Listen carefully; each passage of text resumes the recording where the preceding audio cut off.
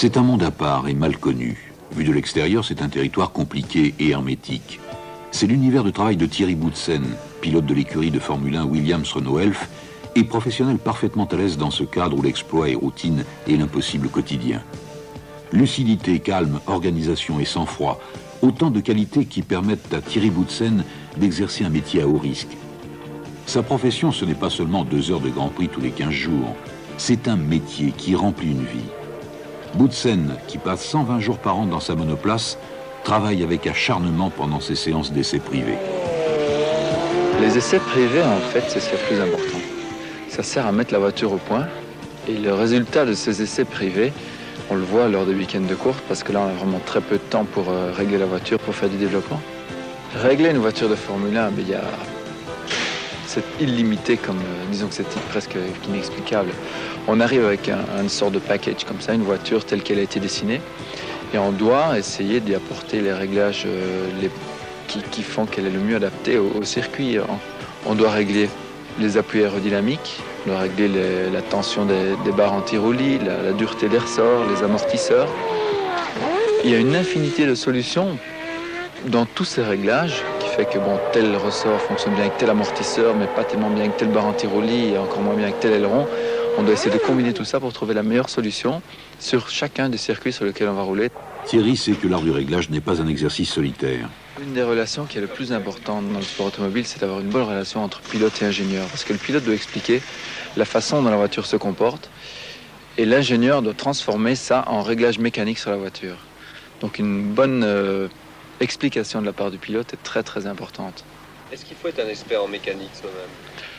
C'est pas indispensable, mais tout pilote, je crois, s'y connaît très très bien en mécanique, sait comment la voiture est construite, sait comment elle se comporte, c'est les modifications qu'on peut y apporter pour l'améliorer. Ça fait partie un peu de notre métier, on fait ça depuis qu'on a commencé.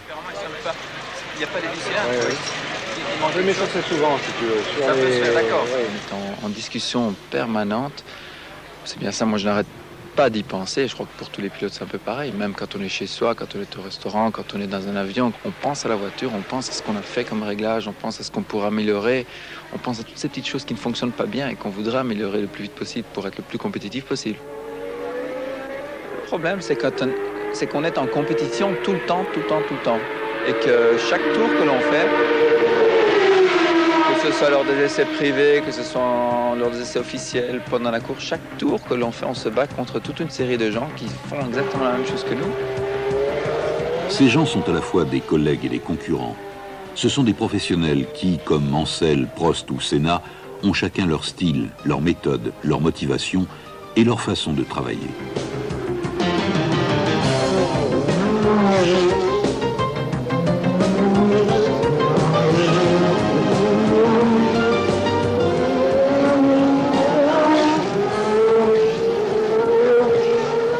Mais ces méthodes et ces approches différentes débouchent toutes sur un contrôle brutal des connaissances et sur une sanction impitoyable, le Grand Prix de Formule 1.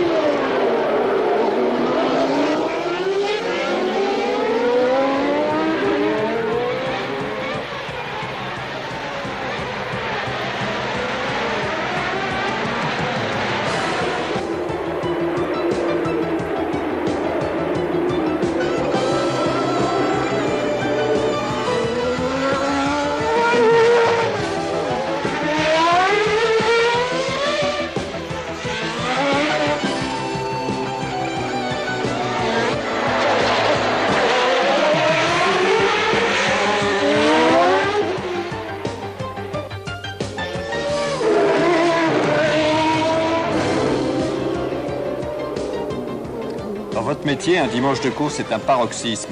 Est-ce qu'on s'habitue jamais à ce stress ? Moi, disons que je suis un peu plus nerveux, c'est sûr, intérieurement, ou un peu plus stressé, un peu plus... Mais pas beaucoup, je dirais. Je suis très concentré, surtout, sur ce que je dois faire, essayer de le faire convenablement. C'est pas toujours évident, on a toujours des petits problèmes, même parfois des gros problèmes avec la voiture, avec l'organisation, avec l'écurie, avec il y a des tas de choses à régler. Mais ça demande une grande concentration, une bonne organisation. Et à partir de ce moment-là, tout va bien. On n'a pas besoin d'être plus stressé quelque part.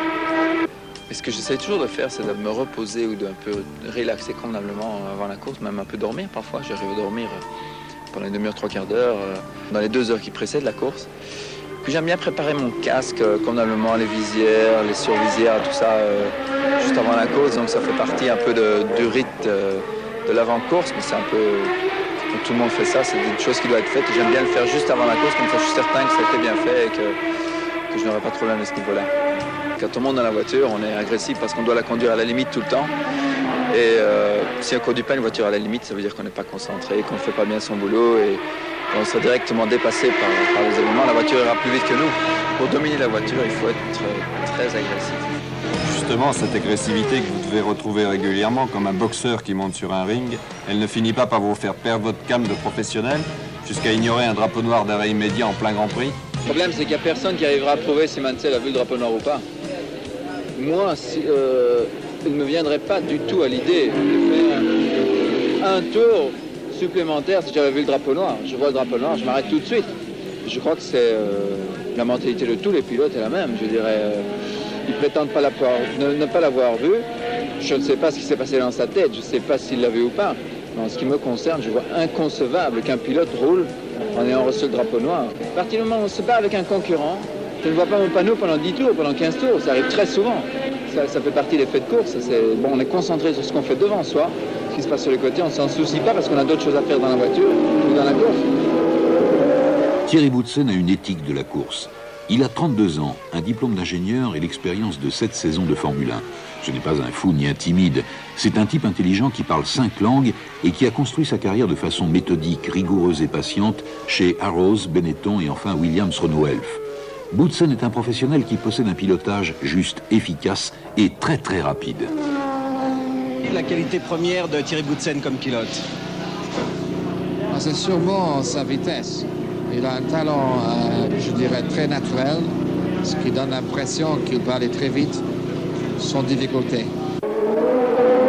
Évidemment, c'est un sport dangereux parce qu'on roule vite. On roule très vite, on prend les courbes à des vitesses très grandes, 305, 310 km/h. Mais ça fait partie du sport automobile. C'est un sport qui est dangereux de par le fait qu'on va vite, mais la sécurité a été tellement améliorée que finalement, on court beaucoup moins de risques qu'auparavant. Pourtant, auprès de Boutsen, son plus fidèle collaborateur n'oublie jamais de conjurer le sort. Patricia sait que le métier de son mari peut déraper d'une seconde à l'autre. Elle vit avec Thierry et avec l'anxiété. Depuis mes toutes premières courses, Patricia a toujours été là. Oui, c'est sûr, elle me suit à toutes les courses. En fait, elle adore la compétition, elle adore la course automobile. Donc c'est déjà une bonne raison d'être là. Et puis pour moi, c'est un support moral qui est malgré tout assez important, auquel j'ai toujours été lié en fait. Et d'un autre côté, un pilote a toujours besoin de quelqu'un à qui pouvoir s'exprimer, à qui pouvoir se confier, quand ça marche bien, quand ça marche moins bien, il y a toujours quelqu'un qui doit être son confident. Et je crois qu'il vaut mieux faire ça avec son épouse que de faire ça avec certains journalistes comme certains. Et ça crée à ce moment-là des branle-bas de combat dans le paddock.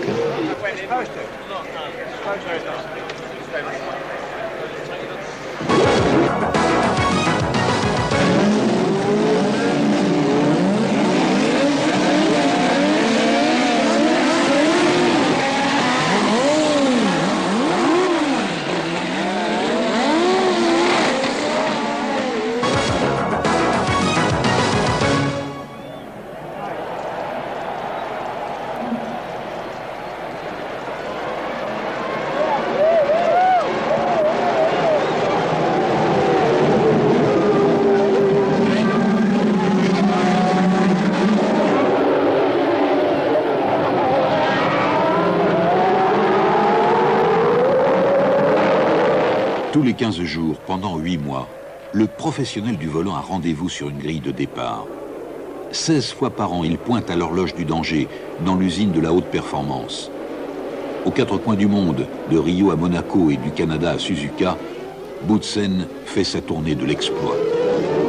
Il y a tout le côté voyage, bien sûr, où quand on va d'un circuit à l'autre, on passe beaucoup de temps à voyager, que ce soit en Europe, que ce soit des voyages extra-européens, quand on se rend au Brésil, quand on se rend En Amérique, au Canada, tout ça, on passe beaucoup de temps à voyager. Alors ce pilote automobile préfère prendre son propre taxi, un bimoteur qui est sa détente et son outil de travail.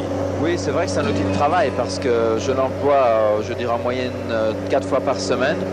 Et tous les pilotes de Formule 1 sont soumis à la même enseigne. On doit voyager énormément pour aller aux courses, pour faire tous les essais, pour faire toutes nos promotions. Et c'est un très bon dérivatif pour moi parce que ça me permet, disons, de passer pas mal de temps à faire autre chose que de la Formule 1, que de la voiture de course. C'était un bon moyen de rester frais et dispo quand on a besoin pour la F1. Toute sa vie est organisée autour d'un métier qui va bien plus loin que la course proprement dite. Et à part ça, il y a des tas de promotions à faire, des actions de relations publiques à faire pour les sponsors, pour les gens qui nous aident, qui nous financent. J'ai pas un jour de libre vraiment à moi. Le sport automobile est un sport qui, comme c'est un sport mécanique, coûte beaucoup d'argent. Et le rôle du pilote, c'est de conduire la voiture le plus vite possible, mais c'est aussi de rendre des services au niveau publicitaire, au niveau promotionnel. Donc c'est un métier à plusieurs facettes finalement. On apprend non seulement à être pilote, mais on doit aussi de notre côté être homme d'affaires.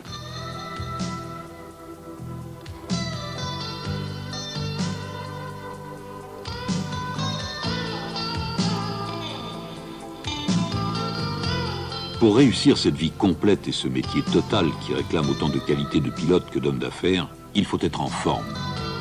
Pour me maintenir en forme physique, en fait, il n'y a pas 36 solutions, il faut faire du sport.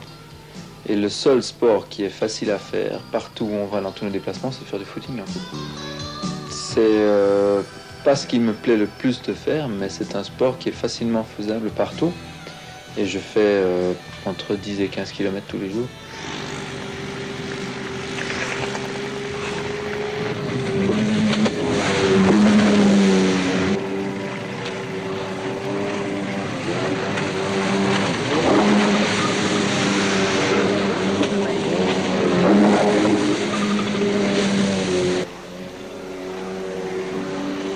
Ça détend. Ouais.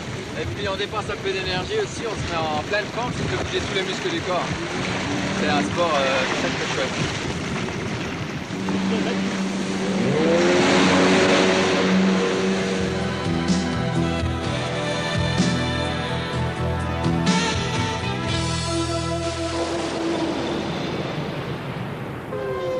Thierry Boutsen a aussi trouvé le temps de venir examiner à la loupe ses exploits sous la pluie. Ça doit être encore plus angoissant un départ quand il pleut. Non, pareil. Aucune différence, je crois. Vraiment aucune. Les conditions sont différentes. Je dirais même qu'on a moins de stress parce qu'on ne sait pas très bien à quoi s'attendre. Alors on doit être le moins stressé possible pour pouvoir suivre l'évolution, pour pouvoir évaluer la piste sans arrêt.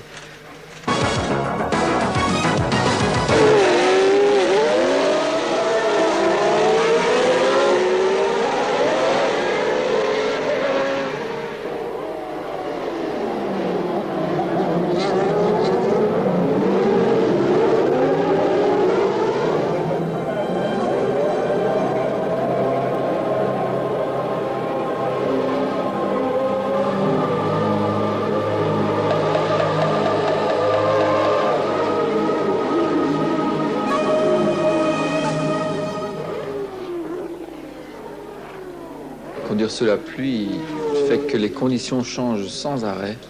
Conditions de piste, les conditions d'adhérence, les flaques d'eau soit grandissent, soit diminuent.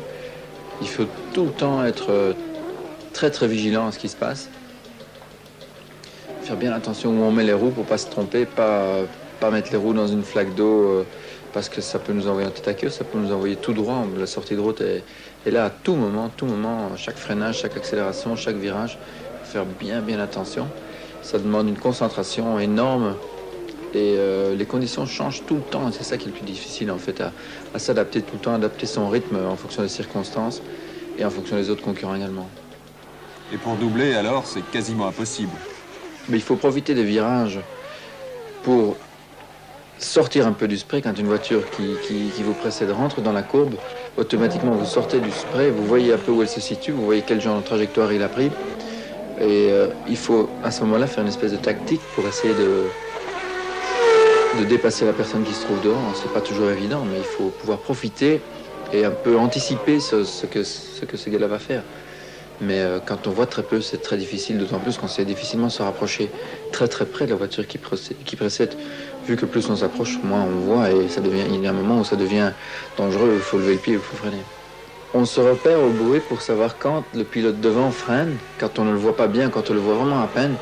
Et donc c'est une façon facile de voir comment l'autre gars évolue dans son. Mais pour gagner, il faut d'abord avoir le courage de prendre le départ et être une sorte de héros. En ce qui me concerne, moi je fais, à partir du moment où le départ de la course se donne, il y a quelqu'un qui va gagner la course de toute façon. Quoi qu'il arrive, les conditions étant bonnes, mauvaises, très mauvaises, exécrables, quelqu'un va gagner la course et cette personne, il faut que ce soit moi.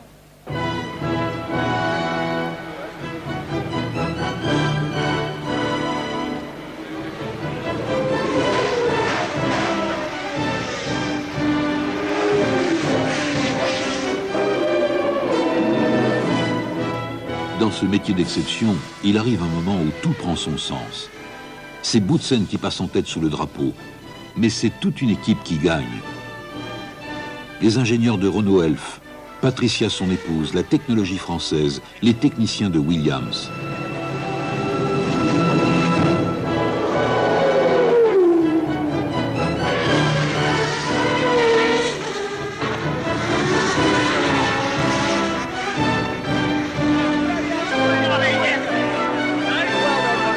Thierry Boutsen avance dans la vie comme un professionnel méthodique.